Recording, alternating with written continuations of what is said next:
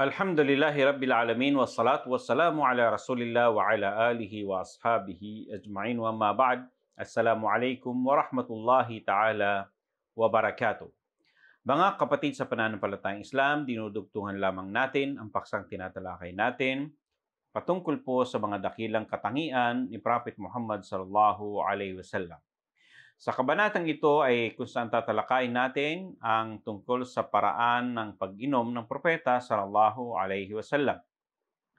Ang pag-inom ng propeta sallallahu alaihi wasallam na pinag-utos niya ay nakaupo at kung saan mayroong hadith na ipinagbawal niya na uminom ng nakatayo. Ngunit may mga ulat na sinabi ng mga pantas sa mambabasa nating hadith na ang propeta sallallahu alaihi wasallam ay uminom din po nang siya ay nakatayo. Tulad ng sa sitwasyong ito. Ayon sa mga scholar, nakadepende ito sa sitwasyon, kaya ito ay kung saan walang salungatan.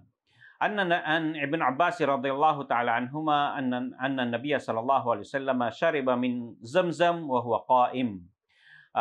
Ang propeta sallallahu alaihi wasallam ay uminom ng tubig ng zamzam na siya ay nakatayo.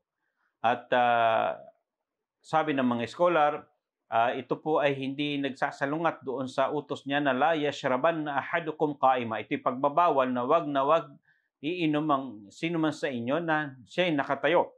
Sabi ng mga scholar, maaring ang dahilan ay dahil sa sitwasyon na kung saan kinailangan niyang uminom ng nakatayo. Ito ay daruri raw. Sabi naman ng ibang mga scholar, ito ay ibig sabihin nagpapahiwatig lamang ng pagbabawal na uminom ng nakatayo ay hindi po haram kung hindi dinidiscourage. Okay?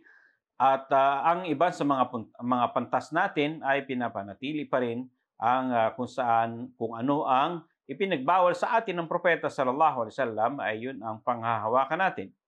Sa isang hadith naman po, ang propeta sallallahu alaihi wasallam anna Nabiyya sallallahu alaihi wasallam kana yatanahfasu fil ina'i thalathan.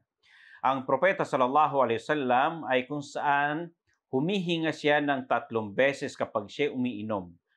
Inilalabas niya, okay, pag uminom siya ay kung saan humi-stop at humihinga bago uminom uli, then hinga uli, then inom uli. So 3 batches niya kung saan iniinom, at doon siya ay humihinga doon sa isang limbawa ay baso. O kapag siya ay iinom, so, iinom siya, then hihinga, then iinom uli, then hihinga. So, paghinga niya, tinatanggal niya po.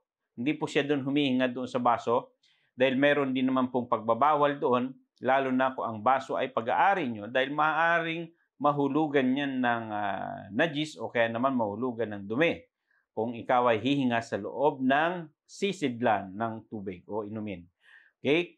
So, ang propeta sallallahu alaihi wasallam ay yun nga, kapag iinom siya, ay 3 beses siyang humihinga sa labas. Okay?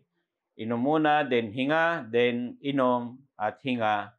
Okay? 3 beses niya po itong ginagawa. Yan ang sunnah ni Prophet Muhammad sallallahu alaihi wasallam sa kanyang pamamaraan ng pag-inom.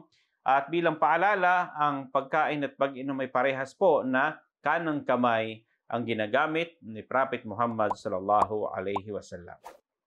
So hanggang dito na lamang po. Akhiru da'wana alhamdulillahi rabbil alamin. Wassalamu alaikum warahmatullahi ta'ala wabarakatuh.